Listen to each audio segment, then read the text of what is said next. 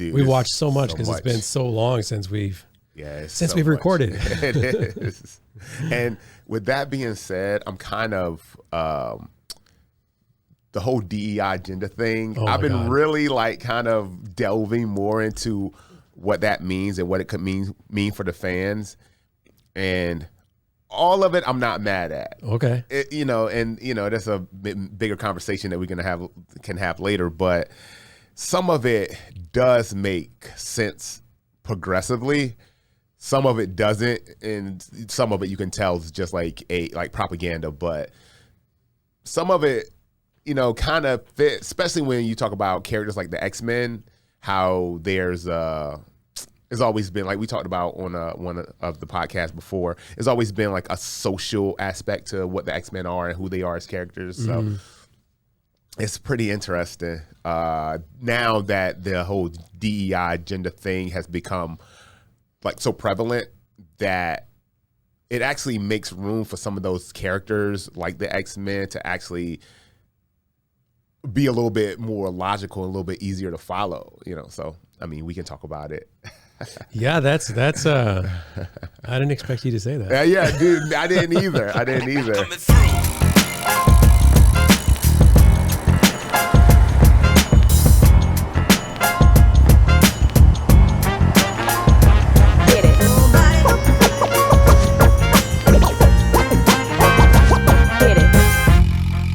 Welcome to an edition. I'm just gonna say an edition because it's been a long time since we recorded, of the Alpha Geek Podcast. We are your hosts. I am Antwain Britt.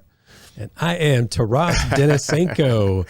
And I am surprised by this whole DEI thing.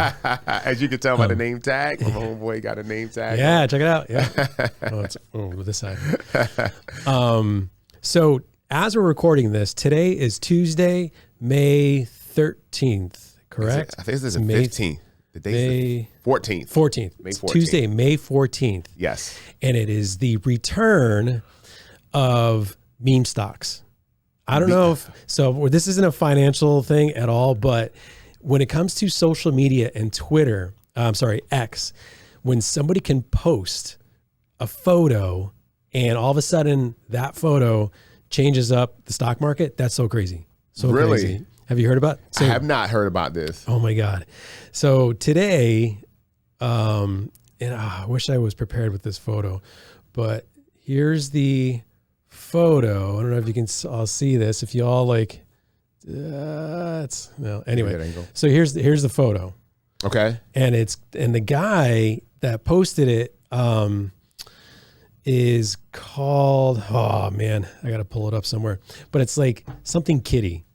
And he just posted, so back 3 years ago, he had posted something on Twitter which said something about GameStop to the moon. And as a result, that drove the meme stocks all the way up. Okay. And of course, as you know, it bottomed out. Yeah. And it's back again. Wow. As of yesterday. And then today I was watching it and it was so funny. My buddy, I was like, Chris is my buddy. He's in the Bay Area. And I'm like, I sent him a photo of this and I'm like, dude, should I sell? I'm actually ahead by like $500. I've been down thousands with this thing, and I was finally up ahead $500. He's like, no, hang on to it. Dude, my drive from my house to the studio, which is about 20 minutes at most, I lost $1,000. I was like, damn it. You should have sold it. Dude, that's crazy. It's so crazy. Yeah, dude, how the market can be manipulated by such things. Yeah. It's nuts. Yeah. Man. And it's just kind of like, so you were saying about DEI and like people's agendas or people trying to change things via social media or via entertainment or via whatever it might be. I was like, one person's tweet just made this stock rise up. Yeah. So anyway, man. On another note, talking about stocks, so we talked about it before, I believe, in TKO. So TKO is the company from the merger of the WWE and the UFC. Both of them were acquired by a company called WME, the UFC about, I want to say 4 or 5 years ago now, and then the WWE just this past year. Formed TKO. TKO stocks started around $75, publicly traded. I bought it, I want to say in January at $80 a share.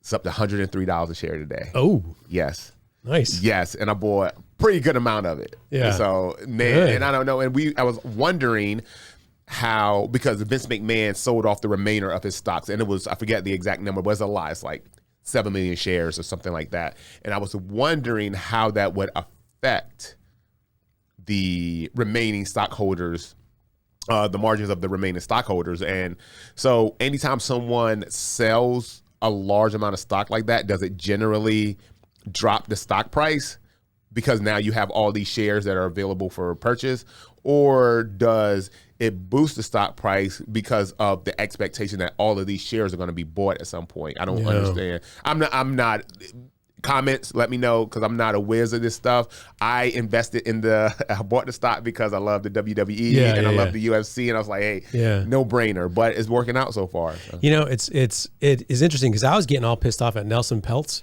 going back, kind of jumping into Disney, and this segues perfectly into what you're talking about. So Nelson Peltz lost his bid for being on the board on Disney. Okay.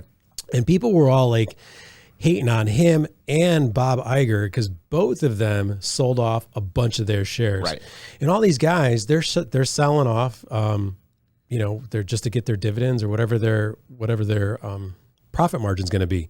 So from what I understand is when they sell off, they have so much of it that they're just trying to make their profit. Okay. So it's not an indicator at all how the company's going. Okay. But what I wanted to ask you is with the WWE thing and McMahon, or is it not McMahon?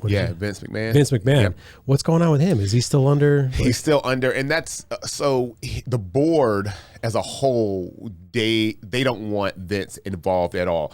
And even though he wasn't on the board, when you own that much stock, you still have kind of like a small hold on some of the inner workings of the company. Yeah. And plus, he's Vince McMahon. He's the one that started the company. So the board actually pressed the sell of the stock so he would have no power. And even though with that much stock, he still wasn't the majority shareholder. Mm-hmm.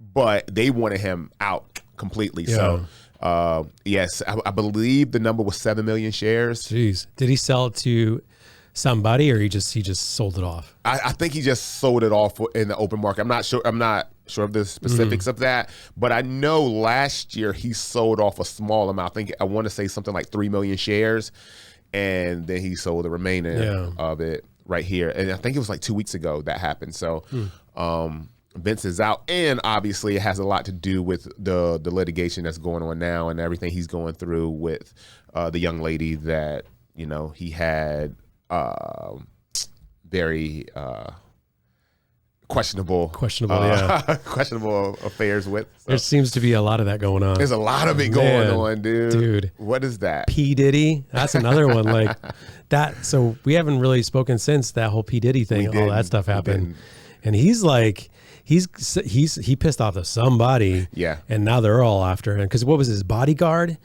or one of his security guards is the one that kind of said something about the videos, and now everybody's going after him.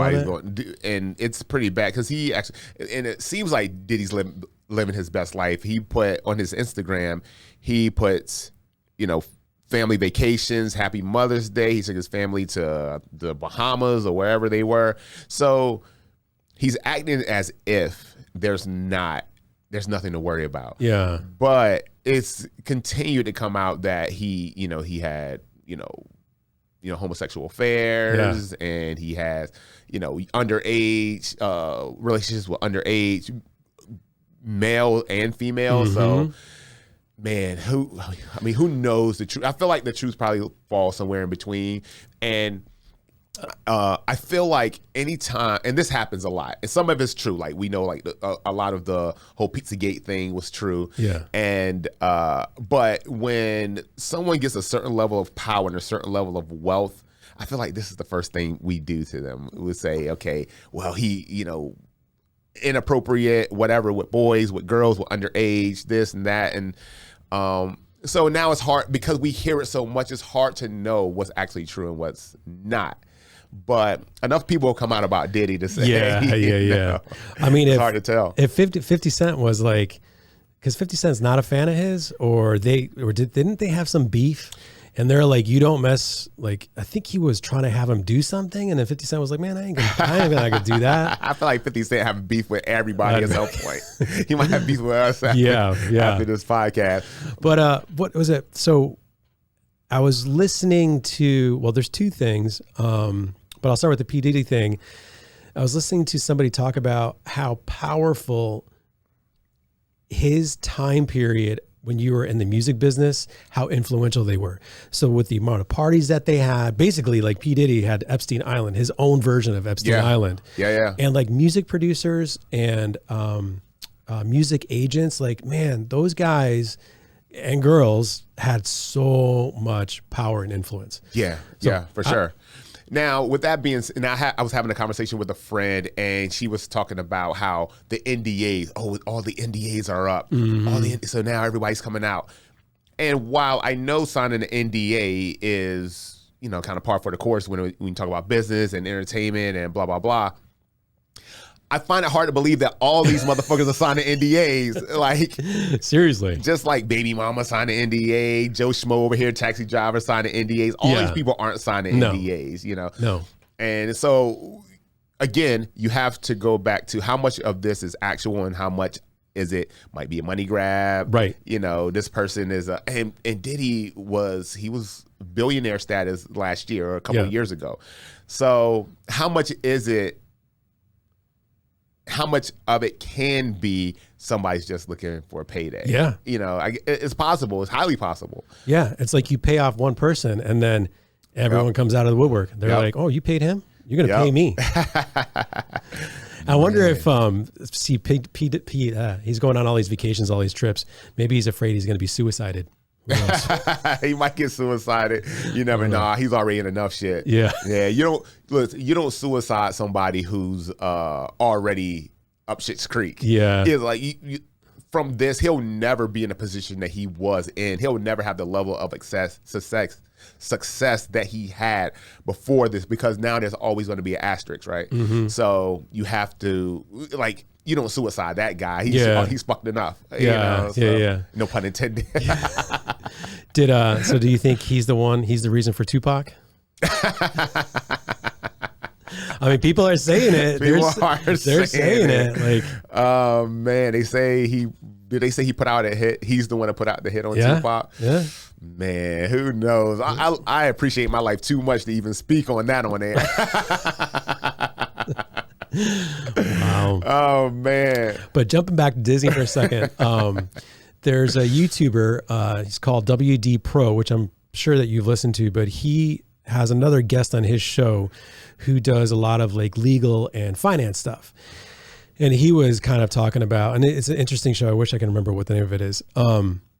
But he was talking about Nelson Peltz, like how when these executives are selling off stocks, how it's not an indicator for the business. So I just wanted to kind of reference that real quick. But so how do you think that those stock sales will affect the product that we know as Disney now? Because we all like the transition that Disney is making is pretty substantial. Yeah.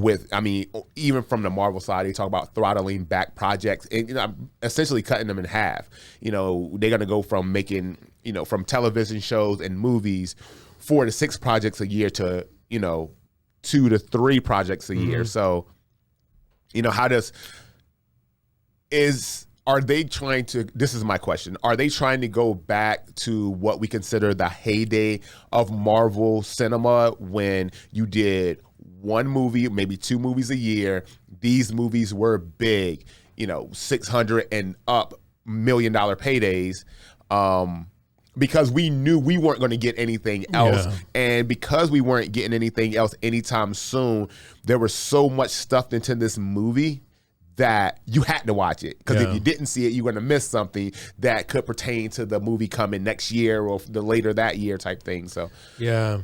I don't know, with Disney though, it's like, it seems like ever since the Nelson Peltz lost, Iger seems to have reversed course a little bit because now, was it Leslie Headland got fired from a bunch of projects. Right. And now I hear that there's going to be a return of Skywalker, that Mark Hamill is back in the mix and he's going to reprise his role at some point. Really? That's new news to me. Yeah. Like, and it was on the channel WD Pro, and I think Mike Zero also were both talking about that. And I was, and they're pretty deep in there. Yeah. They know their stuff. So I don't know, man. How do you feel that affects Star Wars? Is that too much pandering to the fandom?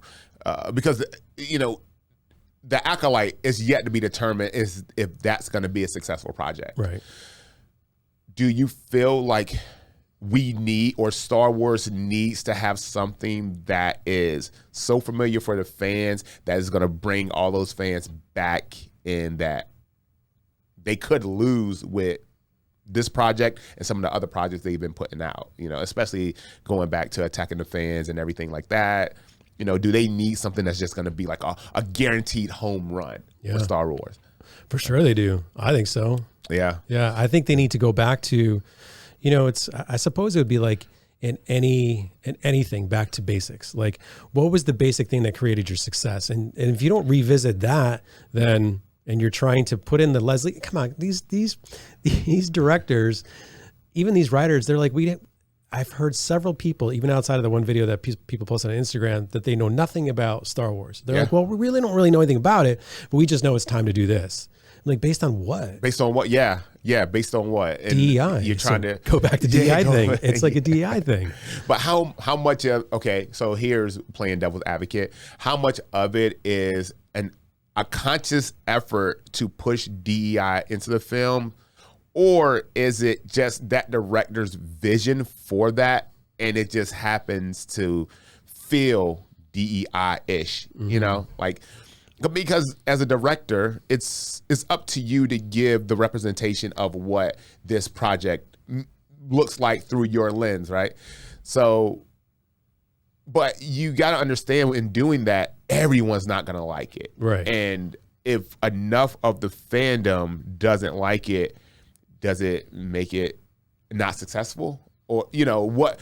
I know numbers dictate success, but it doesn't, just because it wasn't successful on paper or in the box office doesn't mean necessarily it wasn't a good movie. Yeah. So totally agree. I feel like that's kind of what we're dealing with the whole DEI thing. Like, maybe going back to the DEI thing a little bit. So X-Men 97. Bo DeMeo wrote it. They fired him immediately. If Marvel's animation does anything, they need to hire that dude back. Oh, yeah? Because X-Men 97 is the best thing that Marvel has put out in the last 3 years. Really? Easily. Okay. I mean, it plays to, like, when you think about what the X-Men are, like, he's pulling it from the pages, dude. It's so good, man. And when you talk about the way that Nightcrawler was introduced into the team, the things that Magneto is going through as essentially the leader, and then having that leadership role kind of questioned by the government, and then what he does off of that. I mean, it's so good, man. And it is a reflection of the society we live in right now, and like, what happens when someone actually has the power to change things. And if you poke the bear too many times, man, it's so good. You got to watch it. Okay. It's so good, man. Yeah, that'll be my next thing. Because I just finished watching, and we were talking earlier, Bad Batch, which was really good, I thought. And there's some like DEI-ish stuff in that, but it wasn't like crazy. Yeah. But I'll need to watch that. Yeah, I mean, and it's different when we talk about things that are so blatant, like gender swap versions of the character. I mean, that's pretty aggressive. But like Morph, for example, like the Morph character in this, like, they use him so well, because a lot of people don't know, like, Morph can morph into anybody he wants to. And in this show, he morphs into the other characters, the Hawk and Silver Surfer, who Psylocke, whoever, right? But in morphing into those people, he actually is a genetic copy of those people. When he morphs, he's that person. So he has the power of the Hulk when he's the Hulk. He has the agility of Psylocke when he turns into Psylocke. So, and they use him really well, and they don't overuse him or them. Yeah. So, I just think it's really cool what they've done, and then spoiler, well, I'm not going to spoil because you haven't watched it. I didn't watch it yet. But they kill off a couple people that the fans love, and they bring back some great people that the fans love, and there's cameos by people that are going to start merging that X-Men world with the world of the rest of the Marvel universe. So, man, it's going to be cool, man. Huh. Yeah. Did they ever explore how Morph is able to, like, so does he have to touch somebody, or does he have to, like... No. He's just that. He's so from my understanding, Morph is genetically and sexually ambiguous. So they can basically they are just that. They are they can morph into anything. So because they have no sexuality, they have no masculinity or femininity. Mm-hmm. It's kind of like what we see, those old movies where it's like the angel don't really have a gender type thing, like angels from heaven. Mm-hmm. They're not male, not female.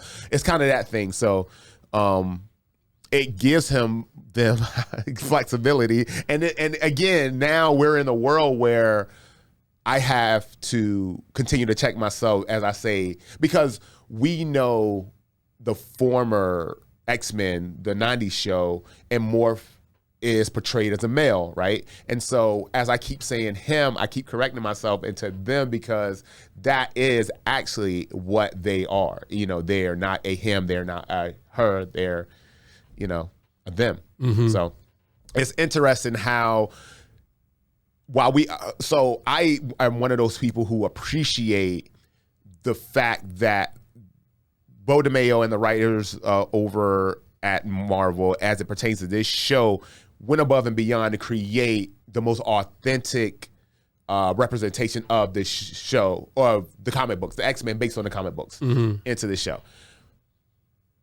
But I shouldn't be afraid to say, all right, well, Morph, he did a great job, or they did a great job with Morph, as I remember him. But we can't do that anymore, because now I feel like if I would have done that 5 years ago, I would have not been corrected. The internet wouldn't have come after me. Mm-hmm. But now, because of the whole DEI agenda, how it's being forced, and how the fans are and people in general, the world in general, are so hypersensitive to it now, especially us, we're talking to other people, we have a platform, we have to continue to correct that, because at any given time you can piss anybody off. Oh, yeah, that's true. Yeah. So in that way, that's when I think DEI becomes dangerous. But the fact that it's present, I don't think it's necessarily a bad thing. Mm-hmm. Is when it becomes weaponized, is when when it's a problem. Yeah.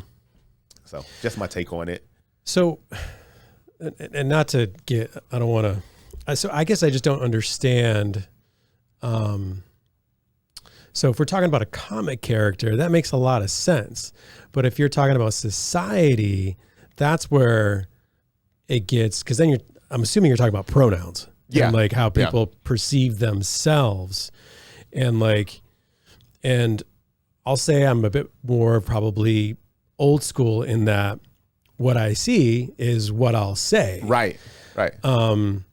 And that shouldn't upset anybody, because everyone has the freedom to say what they want as long as it's respectful. Right. So, but I guess it's what does a pronoun, or so if I see Morph and he's a guy and I say, oh, he, and so let's even get out of the comic book world, because it's that's one thing, that makes sense. But if I see somebody who's a male and he's a he, then he says, I'm a her. I'm but you're not. Yeah. So, but that's what you think. So I just don't understand what good it does to that person or to anybody. I just don't understand, because to be devil's advocate. So it's not how I necessarily feel. It's just like I've heard a lot of people talk about transgender and all that, and they are saying that there's no real benefit to dive deep into that or to make that happen, especially in children. Because if a child starts to play with dolls and you start to transition them, it doesn't help anybody. It doesn't. Yeah. So it's like, now we're in an animated world where you're having these cartoons and then this is fluid. And like, if X-Men 97 is geared towards adults, that's fine because we have life experience. But if your kid has no life experience, right, that's dangerous. Yeah, 100%. So I couldn't agree more. And in that situation, when we talk about young children, it's up to the parents to be realistic about, first of all, the world that we live in and how,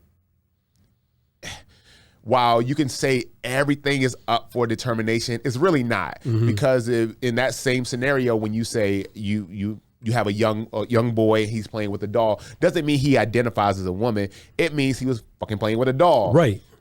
And you don't superimpose the idea onto the kid that, okay, since you were playing with dolls, this is something you vibe with, so let's go ahead and just start pushing that. You obviously identify as a woman, and because that's not the case. And it begs the question and this is a really question, I don't feel one way or the other. So does it require more training for us as a society to say, okay, like you said, if you see a male who's obviously a male but identifies as a woman, you refer to that person as a male, should you be open to more training on being able to identify that person the way they want to be identified? Or is it up to that individual to say, okay, this is the world we live in. Even though you identify as a female, there's still people out there who haven't been taught that. And when they see you, if you look this way, they're going to refer to you this way. Mm-hmm. Which one is it? Mm-hmm. Yeah. Well, I've had a handful of encounters with transgender people just in the nature of my business. And I get corrected. I'm like, oh, okay. Okay. Yeah. It's fine. Okay. It's fine. Yeah. But at the same time, they don't get upset if I say, okay, the man's part. And if you look like a man, you're just like a man, but you're identifying as a woman, so I say the man's part, then you can't get upset with me, because if you look like that way, then that's the way the world will perceive you. Right. So you can't ask based on what you think in your mind and get upset with it. Yeah. If you don't have a conversation with that person. So right.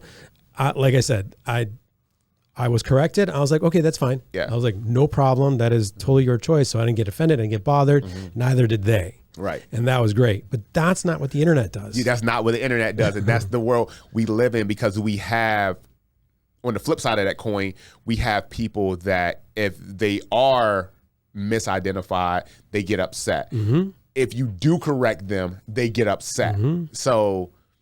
and then it turns into like an us versus them type thing. And it's really not. It's like, okay, it doesn't bother me. It's no sweat off of me if you identify as this. With that being said, if I make the mistake of not identifying you that way, talk to me. Don't, well, you motherfucker, you call me this and that. And like, no, don't do that, because then it turns it into a situation that could have been prevented. Like, right. Okay, let's just talk like adults. Yeah. And unfortunately, I feel like the masses, the majority of people don't approach conflict that way. So. Yeah. Man. It's bananas, man. It is. The world is. it and it's getting crazier and crazier as time goes on. But I don't know, it's just jumping back to Disney and then just what's happening on that end. They were, and Marvel as a whole. So okay. So this is where my train of thought is going. What were the 3 biggest movies last year? Last year? Mm-hmm. Was it Marvel? Shit. Well, it was Barbie, Oppenheimer, and then what was the third? Probably one? Dune. Well, was Dune this year or last year? Dune 2. Was that this calendar year? Well, I think it was during that time those movies came out. It was Sound of Freedom. So Was it? Sound of Freedom. Yeah, Sound of Freedom during that opening weekend, because Sound of Freedom came out at the same time, and it was one of the largest grossing movies next to those two movies. Really? Mm-hmm. And somebody was talking about how the entertainment world, or that people are getting exhausted from agenda-driven movies. Or no, not agenda-driven. I correct that. Strike that from the record. They're getting exhausted from remakes. And like, so for instance, we're going to, or the whole Marvel thing, it's like they're getting exhausted from just the same content over and over again. And people are searching for something new.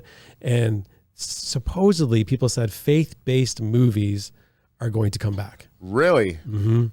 And do you think, man, you about to get us in fucking trouble?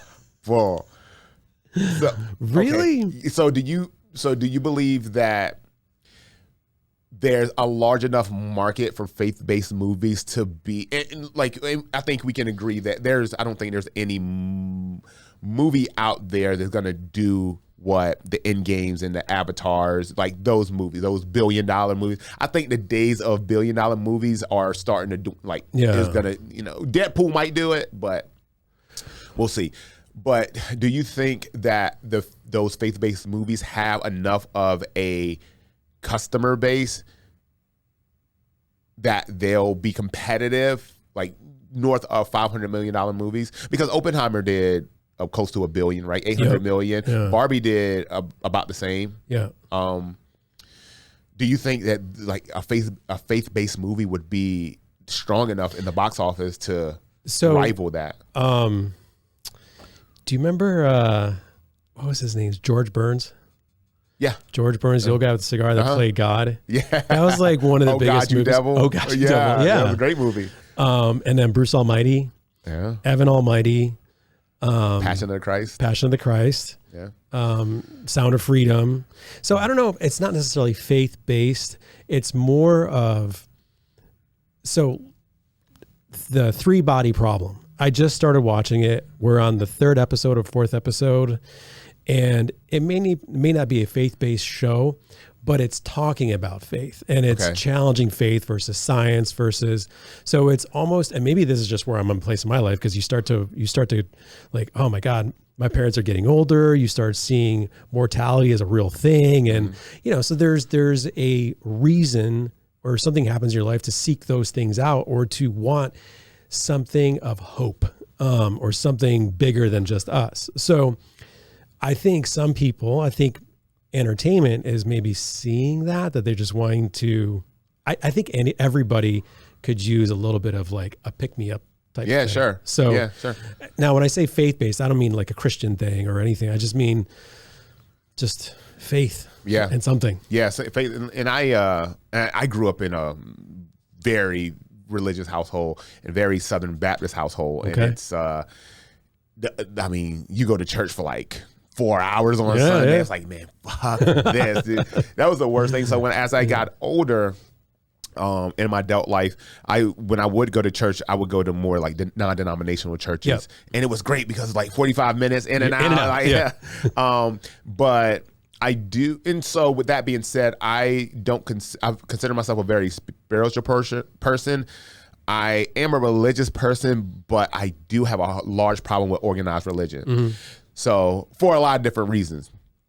So I definitely do appreciate what faith and church means to a person. I kind of see it as like the universal reset button. On Sunday, you go in, you get the word, and if nothing else, you leave there with an optimistic view on just life in general and whatever you're going through. And, so from that standpoint, I definitely feel like it's necessary. And plus, especially in the world we live in now where there's no shortage of bad shit happening. Yeah. It's cool to be able to go to a place, everyone for the most part is like-minded, and you go and you get a message. If you can pull something from it, great, pull it and use it. If you can't pull it, you discard it and then you move on. Yeah. So, I can see how it's important to have that from a box office standpoint. I don't know if, and you would think that we live in a world that that type of messaging would be just as popular as the Marvel shit, as the, you know, the zombie shit, the murder mystery shit. So, you know, I mean, I think we could all agree in that it's not necessarily, it's whether it's a good story, good character building. So whether if it's supernatural, faith, fantasy, rom-coms, it doesn't really matter, but I'm just like saying it's just got to be a good film. Tell a good story, make the story make sense. So that's what'll drive. I feel like that's what's going to drive the box office, because who knew that Sound of Freedom would have made as much money as it did? No idea. They didn't have it. I mean, but now that the more I think about it, I think it's really cool that actually happened, because it shows diversity in the, you know, the audience, the, you know, the customer base, that, you know, because we first saw it with Oppenheimer and Barbie. We saw like, okay, we can go out there and make a movie that's not a Marvel movie, that's not a, you know, a comic book movie, and be successful. That was a huge hit on people like Robert Downey Jr. Like, if you go and see an Iron Man movie, you know that movie's going to do well. That's, I mean, and like $1 billion, like $800-900 million movies. But this same actor goes and does another movie, something that more connects with him, i.e., I don't know, Doolittle, and what's the one where his dad, the judge, like he goes makes those movie, and it's a ghost town in the theaters, right? So, and same actor, right? Everyone loved this guy, and when the studio brings these actors in, they're like, well, okay, he's Iron Man. People are not gonna not go see him at the movie theater, and then that's what happens. You know? So, I wonder if like the movie The Judge, because I thought that was such a good movie, that before Robert Downey Jr. was Iron Man, a movie like Judge was stuff that he would do. I mean, he would do that kind of stuff. So like when I saw that, I was like, that's a great role for him. He and then of course he's a great Iron Man as well. But yeah, that's funny. I mean, probably younger people are like, where's Iron Man? Whereas people our age were like, that's Robert Downey Jr. He's a good actor. Right. Like, oh shit, Robert Downey Jr. When he did Tropic Thunder, like, oh shit, that's Robert Downey Jr. It was great. I was watching a special, and something else somebody posted about Tom Cruise playing Les Grossman. Nobody knew, and I remember watching that movie being like, nobody ever talked about Tom Cruise was going to be in the movie. So when his character came out, who's a huge fan of his? I was just watching. Cruise or RDJ? Tom Cruise, another actor. He's like, Tom Cruise is like the shit. He's like he's like his all-time favorite actor. I was like, wow, that's interesting. But because they were talking about, what was it? What was the award show that just happened? Not the Grammys, but the Emmys. Was it the Emmys where everyone's dressed like forest creatures, and it's really interesting. It was like, do you ever watch Russell Brand? I have. I have, you know, in the older stuff. Russell Brand, well, he has his own YouTube channel, and he's like, it's interesting listening to Russell Brand or Joe Rogan, hear these two guys talking about society and news, but Russell Brand was like totally just slamming Hollywood and how disconnected they are from reality, where they're these opulent people doing these they're rewarding each other with these like awards shows. Just it's funny. But is there a benefit to that though? Is there a benefit to having a disconnect from society? So like when we go to movies, is that what we want to see? Do we want to see something that's going to help us, you know, at least for a little while, disconnect from the bullshit we got going on every day? And we notice that while the movies that relate more to reality and the darker films and those films that get all those awards, they get awards, but they don't do big numbers in the box office. So it's like that fantasy, the Marvel shit and the zombie shit and the, you know, that stuff is, I feel like there's a place for it. It's necessary. And that's why it did so well when it did. I just honestly, after, you know, a couple years of Marvel doing not so great, I just chalk it up to a oversaturation of the product. Like anything, if you go to well too many times, it's not going to be as successful. It's just the way that things are. You know, what's that saying? Pigs get fat, but hogs get slaughtered. Like if you just do something so much, and you bank on that, then you know inevitably, people are going to be like, dude, that's so crazy. That is the second time I heard that today. Is it? Oh my God.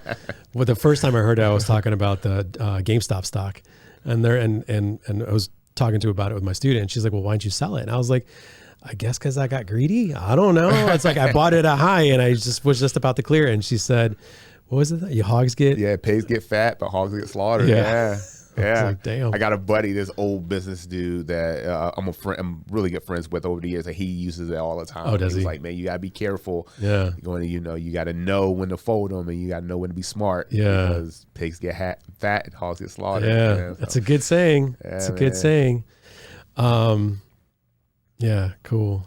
I mean, do you think that, like, moving forward, now that Disney has decided to throttle back on their projects, do you think that's going to leave an opening for, like James Gunn? Now he's heading the DCU, and essentially all that property that's coming out within the next 5 years is new stuff. He has Superman Legacy movie, he has the Batman movie coming out. He has so many projects coming out, and so do you feel like people are just fatigued on the comic book stuff in general, or are they just fatigued on the Marvel comic book stuff?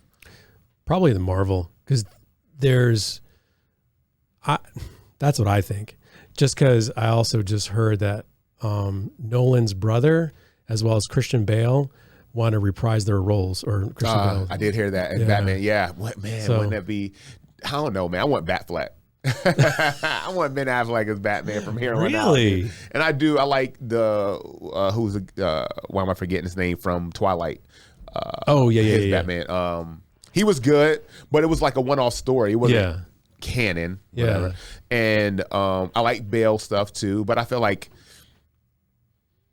unless it is Nolan, you definitely don't bring Christian Bale back. Yeah. But I feel like Batfleck is like when you think about Batman stories going forward, when you start to get into the Batman versus Robin stuff and the older Batman stuff, there's nobody better to play that part than Ben Affleck, because they've already laid the groundwork. Him and Zack Snyder already laid the groundwork for that. So, it's a good point, because I see Ben Affleck as being like the Frank Miller Batman. Yeah, like just grungy, 100%, hardcore. Dude. Yeah, this dude, I remember like watching, Batman versus Superman? This motherfucker's in there flipping tires and pulling chain. What are you gonna do to fight Superman? You trying to do deadlifts? You about to go fight Superman? You think that shit's gonna help? That's so funny. Yeah. That's like, why? Yeah. What are you doing? Those chains and tires better be made out of kryptonite. Like, what? Oh, it was so funny, man. It's like he's doing tire flips. Okay. Wow. Yeah, I don't know. What do you think? Do you think Marvel? I don't know. Now that they have a writer attached to X-Men now. They have a writer for X-Men. So that's going to start going into development. But you have Thunderbolts coming. You have Fantastic Four coming in 2025. You have Blade supposed to be happening. And coming up, you have Deadpool. And all that is supposed to lead into Secret Wars. Now that we have a writer for X-Men and we know a Fantastic Four movie is coming, do you wait to do Secret Wars until you establish those characters? Because all those characters are a big part of the Secret Wars. Yeah. So I say yes. Yeah. I say you push back, just forget about Secret Wars for now. Yeah. There's so many things you can do. They're in the process, a new Captain America movie. They're supposed to be trying to assemble a new Avengers team. That leaves you the ability to do Avengers versus X-Men. There's so many things you can do. Chris Hemsworth is signed on for one more Thor movie. What is that gonna look like? That's right. Yeah. So, were they? I think were they talking about that Thor is gonna they're gonna go back to him not being an idiot? An idiot. Yeah. Yes. Yeah. And, yes. I think Marvel they shot themselves in the foot by making too many comedic or too many just juvenile type things. Yeah. So. I think they had a little bit of success with it, and because they did, and then with Taika Waititi he got his hands on it and just went crazy. And what makes Thor funny is the fact that he doesn't know he's being funny. Yeah. It's like he doesn't know what our modern life looks like. So when he tries to refer to things that we are used to, he sounds like an idiot, and that's funny. And I feel like they just fucked that all up. And even he said, he was like, I didn't stick the landing with this last Thor film, and I want to do one more to. And man, Dude's a good actor. He's a great actor. I would love for them to do Rune King Thor, like a just a overpowered version of the character, like very like Asgard, just like what we expect, like the old school long hair beard Thor to look like. Yeah. Especially since they've already teased that Hercules might be the villain in the next one, or some sort of antagonist in the next one. So yeah, I think it'll be cool. Yeah, it would be cool. It would be cool. Dude, but there's been so much going on. I just had a random thought about old school actors. Do you remember Cuba Gooding Jr.? Oh yeah, hell yeah, dude. I didn't realize how great of an actor I always liked him. I mean, Cuba was always in our generation or my generation movies. Yeah. And he was just on a podcast, Patrick Bet David, talking about his whole life. And he was talking about the movie industry in Hollywood. And he was actually the one that was saying that we're not stimulated, but there's just too much of the Marvel stuff, too much superhero stuff. And that's why I think he's the one that said, if you look at successful movies, faith-based movie, one of them, he's like, so I don't know anything much about him in his past, but yeah, he did. He was like the next it guy. Especially when you talk about like prominent black actors around that time. You had Denzel, and you had him. Yep. They were the only ones doing like it was like a few year span where if you had a leading role for a black male, it was going to one of those two. And I forgot what he did that really like blackballed him with Hollywood. I want to say it had something to do with a woman, like he something. It had something to do with a young lady. But he was talking about Boys in the Hood. And and they didn't want him necessarily in it at first. Maybe it was Boys in the Hood, another one, but they wanted Malcolm Jamal Warner. Yeah, it was Boys in the Hood. Yeah. So no, Malcolm Jamal Warner was in the movie, right? No, Malcolm Jamal Warner. It was supposed to be Malcolm Jamal Warner. Yeah. Yep. I was like, how crazy is that? Because Malcolm, he's like, I mean, Cuba is like, when his roles from Jerry Maguire to like Boys in the Hood, I mean, he's so versatile. He's such a good actor. And yeah, I do actually remember that when they were talking, because they were talking to John Singleton about it. And I think Ice Cube did an interview as well, where Ice Cube actually auditioned for another part. I think he auditioned for the Ricky role, the football player, I believe. Oh, yeah. And didn't get that, but then they cast him as the gangbanger role, which made sense because he was still or coming off of the whole relationship with NWA and everything like that. So it made sense you would put him in that role. Yeah. But yeah, I do remember Malcolm Jamal Warner was supposed to be cast as in Cuba Gooding Jr.'s part. I don't even know where he came from. I don't know if he was like a second choice, or once he auditioned, you're like, well, holy shit, this is the guy. Well, it was interesting because Cuba was saying that he was a professional. His mom told him to be a professional, not tryout, but auditioner. She was like, you need to audition everything. And when you go audition, kind of made me think of when you did the Ultimate Fighter, how you walked in the office like you were this character, like you were. So that's what Cuba Gooding Jr. did, is he would play the character. He would read some of the lines and he would come up with whatever he thought this character should be. And that's how he came into the auditions. Wow. So it's pretty interesting. Yeah, man. Cuba was he was in a bunch of stuff until he did that shit Radio. Did you see Radio? I did. I don't remember it though. That movie was fucking terrible. Yeah. But he said his payday was what was the Sled Dog movie that he did? Oh, was it Cool Runnings? No, yeah. I think it was called Sled Dog. I think it was called Sled Dog. Yeah, it's called Sled Dog. It's Disney movie. Disney, yeah. So he was like, that's where I made my money. And I'm like, Disney is fucking just backing trucks up in people's driveways, just dumping money on people, man. Seriously. Have you watched Dune 2? Yeah. Yeah. Oh, great movie. What'd you think? Yeah. Great movie. Great movie. Do you remember, because Wendy just watched Dune 1 and then we watched Dune 2, and the difference between 1 and 2 is pretty significant. It is. And I think a lot of people say that was intentional.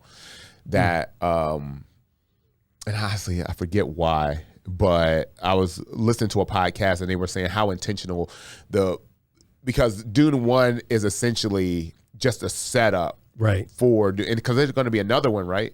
I think so. Yeah, I think there's going to be another one. I think it might be 4 of them. I think they might do a total of 4. Yeah. But I don't know.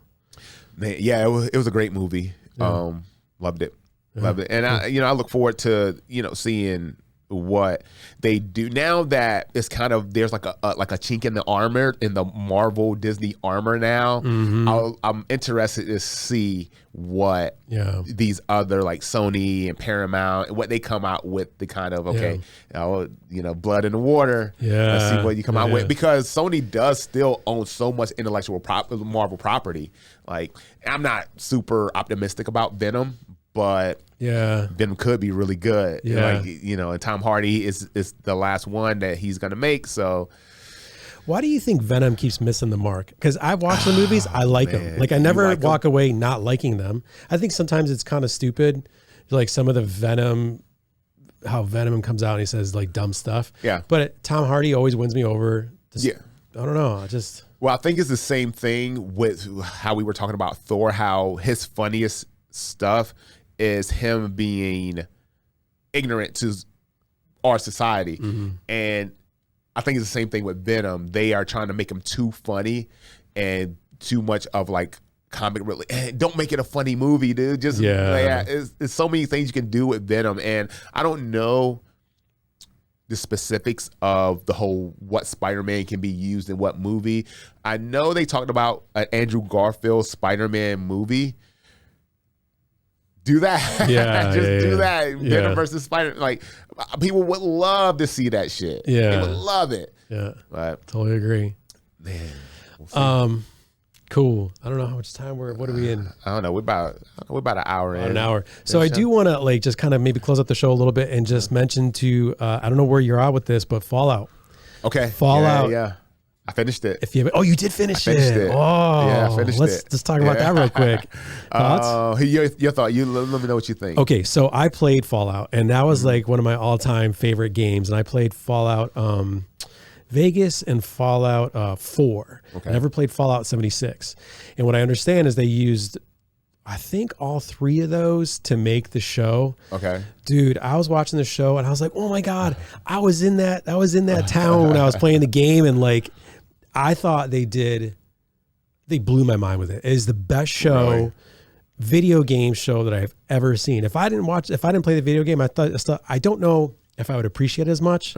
So, but if y'all are Fallout fans of the game, watch it. It's a real good, it's such a good. Now, I didn't play Fallout.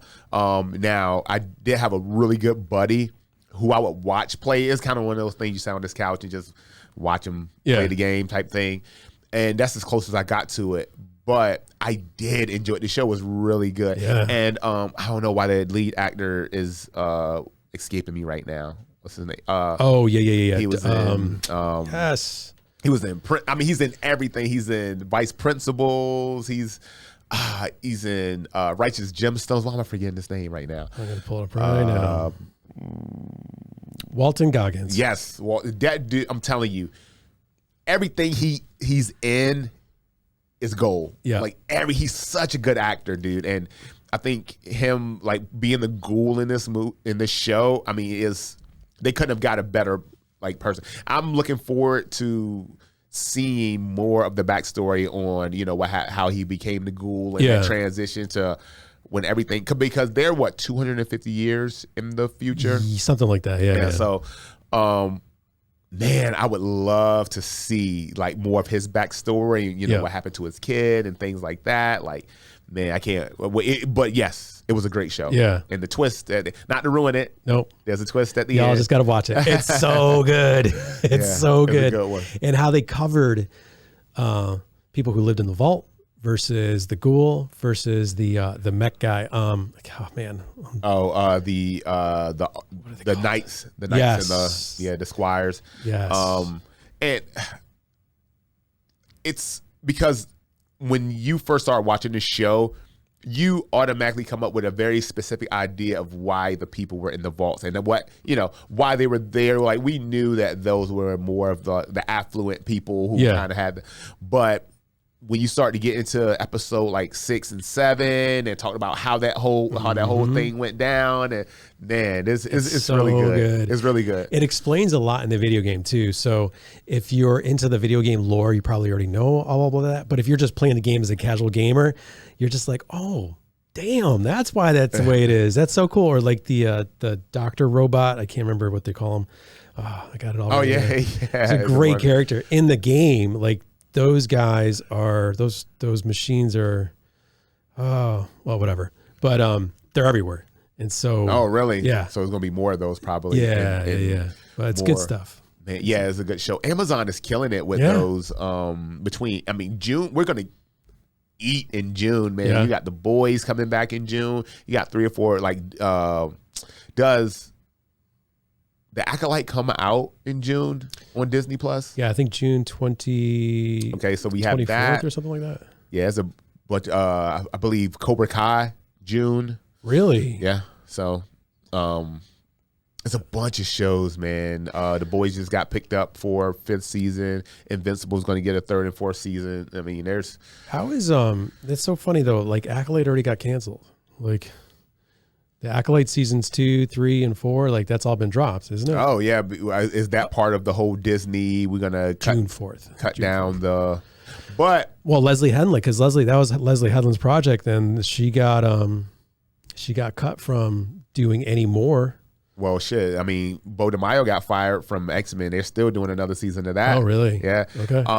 Now, some of this I feel like we get in trouble by Disney, because I guarantee you, if The Acolyte does well, they'll do another one. Yeah, like you're not gonna look a gift horse in the mouth. Like, no. So, is it one of those things to where they're not expecting it to do well, or they're just trying to troll the fans in a way to say, okay, well, we're just not gonna do it, and then it does well because they say, well, this is all you're gonna get, and then they give us 5 or 6 more seasons of shit. Yeah. So. Well, I don't know. With the potential return of Mark Hamill and being Luke Skywalker, I don't know. They could be going back to what made Star Wars great. So, do you know how Kathleen Kennedy feels about the whole return of Mark Hamill? She's all mad.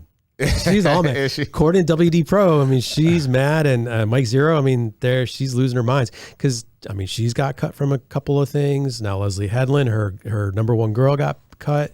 So I don't know. I think Bob Iger is just sick of their shit. He's like, we're here to make money, motherfuckers. Yeah. Man, like, ain't nothing wrong with that. But yeah, man, cool. Anything to take us out? What's new? I mean, I know you got some new shit. You've been ripping and running, dude. Yeah. Well, we just came back from Vancouver not too long ago. Vancouver, British Columbia. If any of you are traveling and decide you want to go someplace amazing, great food, the city is amazing. You could walk the whole entire city. You see all this history. You have great food. People are super friendly. Vancouver, man, it's a place to go. Yeah, it's great. I went to Toronto one year, and I had a great time. Yeah, I had a great time. Vancouver is just, it's the West Coast. It's like Seattle. Should just say it's Seattle, but without all the heroin needles. What all the heroin, all the legal drugs. Yeah. But we just this past weekend, to if anybody's local here in the Hampton Roads area and you want to make a difference for some people, there's Connect with a Wish, which is an organization that helps foster kids that are aging out. It's a great organization. Donate to them. Go visit their websites, Connect with a Wish. We just did a fundraiser for them this past weekend. We raised a nice amount of money too, huh? Yeah, we raised about $3,000. We're going to go there. So very cool. We're trying to also use what we have to help make a difference in people's lives. So absolutely. Yeah. How about yourself? Man, now you're going to have me do a shameless plug after you come up with some philanthropics. Bells and Whistles. We just launched the new product. That's right. We launched the Bells and Whistles shortbread cookie cup. Yeah. It's doing very well. We're in about 40 stores right now. We've only been on market for like 2 weeks. It comes in a shortbread cup that fits easily in your cup holder. So if you're on the go, approximately 15 to 17 small shortbread cookies, chocolate chip and birthday cake flavor. They're delicious. You'll love them. You can order them at cookiehunk.com. Find me on Instagram. I'm Antwain the Juggernaut on Instagram. Antwain Britt on TikTok and Facebook. And I still haven't really done anything with my Juggernaut Cookies on Instagram as well. I'm all over the fucking place. Yeah. So. Cool. Thanks for joining us, guys. We're back. We're back. So enjoy the content. Give us a like and subscribe. You know the drill. All of that. Peace. Peace out.